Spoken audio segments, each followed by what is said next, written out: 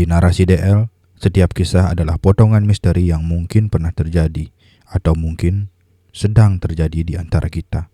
Jadi sebelum cerita ini dimulai, pastikan kalian berada di tempat yang nyaman karena kisah malam ini mungkin akan membuat kalian melihat malam dengan cara yang berbeda. Namaku Raka. Sudah hampir 20 tahun aku bekerja sebagai sopir travel yang mengantar penumpang dari pelabuhan menuju berbagai kota di daratan. Pekerjaan ini sudah menjadi bagian dari hidupku. Hampir setiap malam aku berada di jalan, menyusuri jalur lintas yang panjang, gelap, dan kadang terasa sangat sepi. Selama bertahan-tahan bekerja sebagai sopir, aku sudah mengalami banyak hal. Ada penumpang yang menyenangkan, ada juga yang merepotkan. Namun dari semua pengalaman itu, ada beberapa kejadian yang benar-benar sulit dijelaskan dengan akal sehat. Kejadian yang bahkan sampai sekarang masih membuatku merinding jika mengingatnya. Salah satunya adalah pengalaman yang terjadi pada tahun 2007. Sebuah perjalanan malam yang awalnya terasa biasa saja, tetapi berubah menjadi pengalaman paling menyeramkan yang pernah kualami selama bekerja sebagai sopir travel. Malam itu suasana pelabuhan terlihat lebih sepi dari biasanya. Lampu-lampu besar di area terminal memantulkan cahaya kekuningan di permukaan aspal yang lembab. Udara malam terasa cukup dingin, bercampur dengan aroma laut yang khas. Beberapa kendaraan travel lain juga sedang bersiap berangkat, tetapi jumlahnya tidak terlalu banyak. Aku sedang duduk di dalam mobil sambil memeriksa beberapa hal sebelum perjalanan dimulai, ketika seorang rekan kerjaku bernama Bang Arman datang menghampiri. Ia mengetuk kaca jendela mobilku lalu berkata bahwa malam itu penumpangnya hanya 3 orang. Meski begitu, aku tetap harus berangkat karena jadwal perjalanan sudah mendekati pukul 11 malam. Aku mengangguk mengerti. Bagiku hal seperti itu sudah biasa. Kadang penumpang memang tidak selalu penuh, apalagi jika bukan musim liburan atau akhir pekan. Sebelum perjalanan dimulai, aku mengatakan pada Bang Arman bahwa aku ingin ke toilet sebentar. Ia hanya mengingatkanku agar tidak terlalu lama, karena para penumpang sudah menunggu di dalam mobil. Aku segera berjalan menuju toilet yang letaknya tidak terlalu jauh dari area parkir travel. Tidak sampai 3 menit, aku sudah selesai dan kembali ke kendaraan. Malam itu suasana terminal memang terasa sangat lengang. Hanya beberapa orang yang terlihat berjalan di sekitar area parkir. Sebagian besar penumpang kapal yang baru datang sudah dijemput atau melanjutkan perjalanan dengan kendaraan lain. Aku kembali duduk di kursi sopir dan mulai melakukan kebiasaanku sebelum berangkat. Aku mengatur posisi kursi agar lebih nyaman, menyiapkan botol air minum di dekat tuas persneling, dan mengatur kaca spion agar pandanganku ke belakang lebih jelas. Biasanya, saat mengatur kaca spion, aku juga sekalian memperhatikan penumpang yang duduk di kursi belakang. Selain untuk memastikan mereka semua sudah berada di tempatnya, aku juga ingin memastikan jumlah penumpang sesuai dengan data yang diberikan oleh rekan kerjaku tadi. Aku mulai menghitung satu persatu. 1 orang duduk tepat di kursi belakangku. 2 orang duduk di baris kedua. Lalu, aku melihat ke kursi paling belakang. Aku berhenti sejenak karena merasa ada yang aneh. Aku menghitung lagi dengan lebih teliti. 1, 2, 3, lalu 4. Aku langsung mengerutkan dahi. Bukankah tadi Bang Arman mengatakan bahwa penumpangnya hanya 3 orang? Perasaan bingung mulai muncul. Untuk memastikan, aku menoleh langsung ke belakang. Benar Saka, di dalam mobil ada 4 orang penumpang. Seorang pria duduk tepat di kursi belakangku. Di baris kedua ada pasangan suami istri yang terlihat sudah mulai mengantuk. Dan di kursi paling belakang duduk seorang perempuan yang terlihat sangat diam. Ia duduk tegak dengan posisi tubuh yang hampir tidak bergerak sama sekali. Aku berpikir, mungkin saat aku pergi ke toilet tadi, ada 1 penumpang tambahan yang naik ke mobil. Hal seperti itu memang sering terjadi. Jadi aku tidak terlalu memikirkannya. Jam di dashboard menunjukkan jam 11 lewat 10 menit malam. Aku merasa sudah waktunya berangkat. Aku baru saja hendak melepas rem tangan ketika tiba-tiba terdengar suara seseorang berteriak dari arah belakang terminal. Aku membuka jendela mobil dan melihat Bang Arman berdiri cukup jauh sambil melambaikan tangan. Ia mengangkat 1 jari telunjuknya sambil berteriak bahwa ada 1 penumpang tambahan. Aku langsung mengerti maksudnya dan mengacungkan jempol sebagai tanda bahwa aku sudah paham. Setelah itu aku menutup jendela mobil, menyalakan mesin dengan lebih stabil, lalu perlahan melepas rem tangan. Mobil travel yang kukendarai mulai bergerak meninggalkan area pelabuhan. Perjalanan malam pun dimulai. Jalur lintas yang harus kulalui merupakan bagian dari jalan panjang yang membentang dari ujung pulau hingga wilayah paling barat. Namun, rute travelku tidak sejauh itu. Biasanya, aku hanya mengantar penumpang sekitar 100 km dari pelabuhan. Jika tidak ada hambatan, perjalanan biasanya memakan waktu sekitar 3 jam. Seperti yang sering terjadi dalam perjalanan malam. Sebagian besar penumpang biasanya langsung tertidur begitu mobil mulai melaju. Aku melirik kaca spion untuk memastikan keadaan di belakang.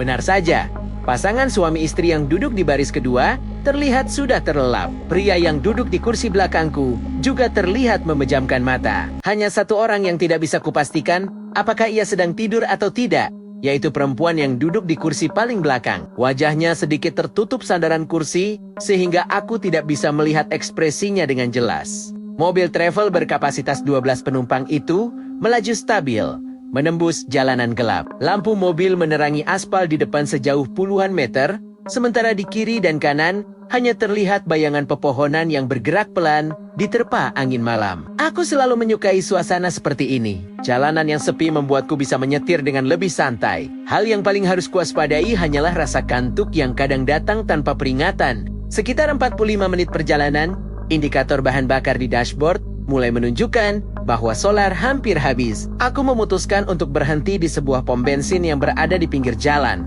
Beberapa menit kemudian, mobil sudah masuk ke area pengisian bahan bakar. Jam tepat menunjukkan pukul 12 malam. Pom bensin itu terlihat cukup sepi. Hanya beberapa kendaraan yang sedang mengisi bahan bakar, sementara sebagian lainnya berhenti untuk beristirahat. Aku memarkir mobil di pompa paling ujung karena di sanalah tempat pengisian solar. Setelah mobil berhenti dengan sempurna, aku turun dan meminta petugas untuk mengisi penuh tangki bahan bakar. Sambil menunggu proses pengisian selesai, aku berjalan menuju toilet untuk membasuh muka. Entah kenapa malam itu aku merasa sedikit mengantuk. Sesuatu yang jarang terjadi padaku ketika sedang bekerja. Setelah selesai dari toilet, aku kembali ke mobil. Pengisian bahan bakar ternyata sudah selesai. Saat melakukan pembayaran kepada petugas, aku sempat melirik ke dalam mobil untuk memastikan semua penumpang masih berada di tempat duduknya masing-masing. Ternyata, semuanya masih lengkap. 4 penumpang masih duduk di posisi semula. Mereka terlihat tertidur, kecuali perempuan yang duduk di kursi paling belakang.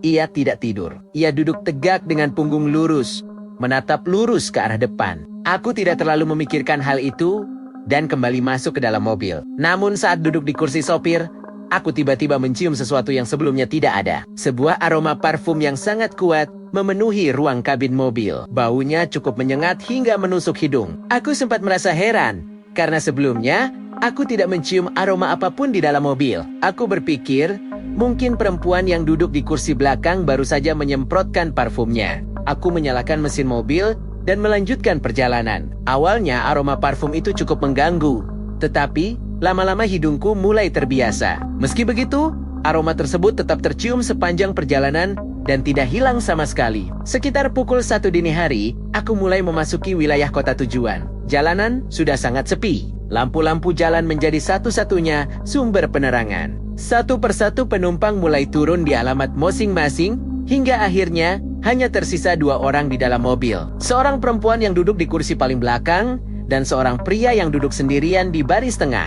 Perempuan itu turun lebih dulu di sebuah rumah besar yang terlihat gelap. Sebelum pergi, ia sempat mengatakan sesuatu yang membuatku bingung. Ia menyarankan agar aku langsung kembali saja dan tidak perlu mengantar penumpang lain lagi malam itu. Aku merasa heran karena masih ada 1 penumpang di dalam mobil.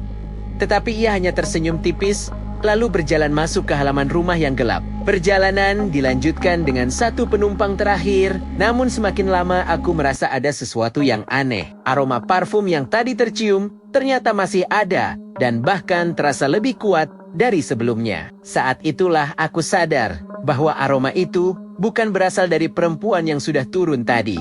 Aku beberapa kali melirik kaca spion. Pria yang duduk di belakang terlihat menatap keluar jendela sambil tersenyum tipis.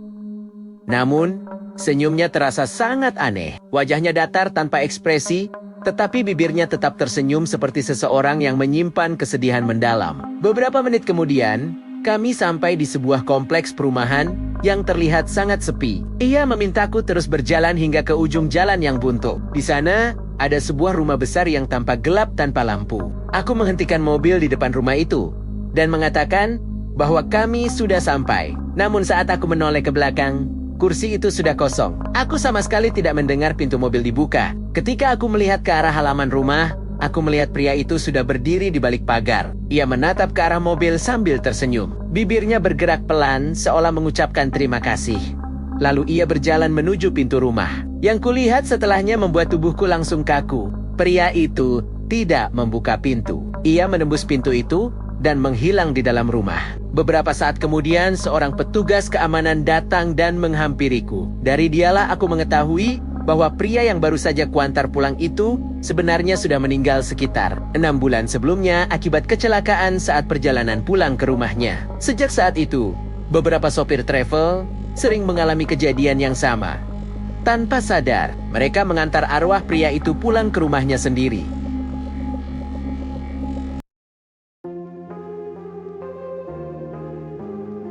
Itulah kisah yang terjadi di kala itu. Sebuah kejadian yang mungkin tidak akan pernah bisa dijelaskan sepenuhnya. Dunia ini menyimpan banyak misteri, dan sebagian di antaranya mungkin belum pernah kalian dengar. Jadi jika kalian ingin terus mendengarkan cerita seperti ini, tetaplah bersama Narasi DM. Karena setiap cerita selalu menyisakan sesuatu yang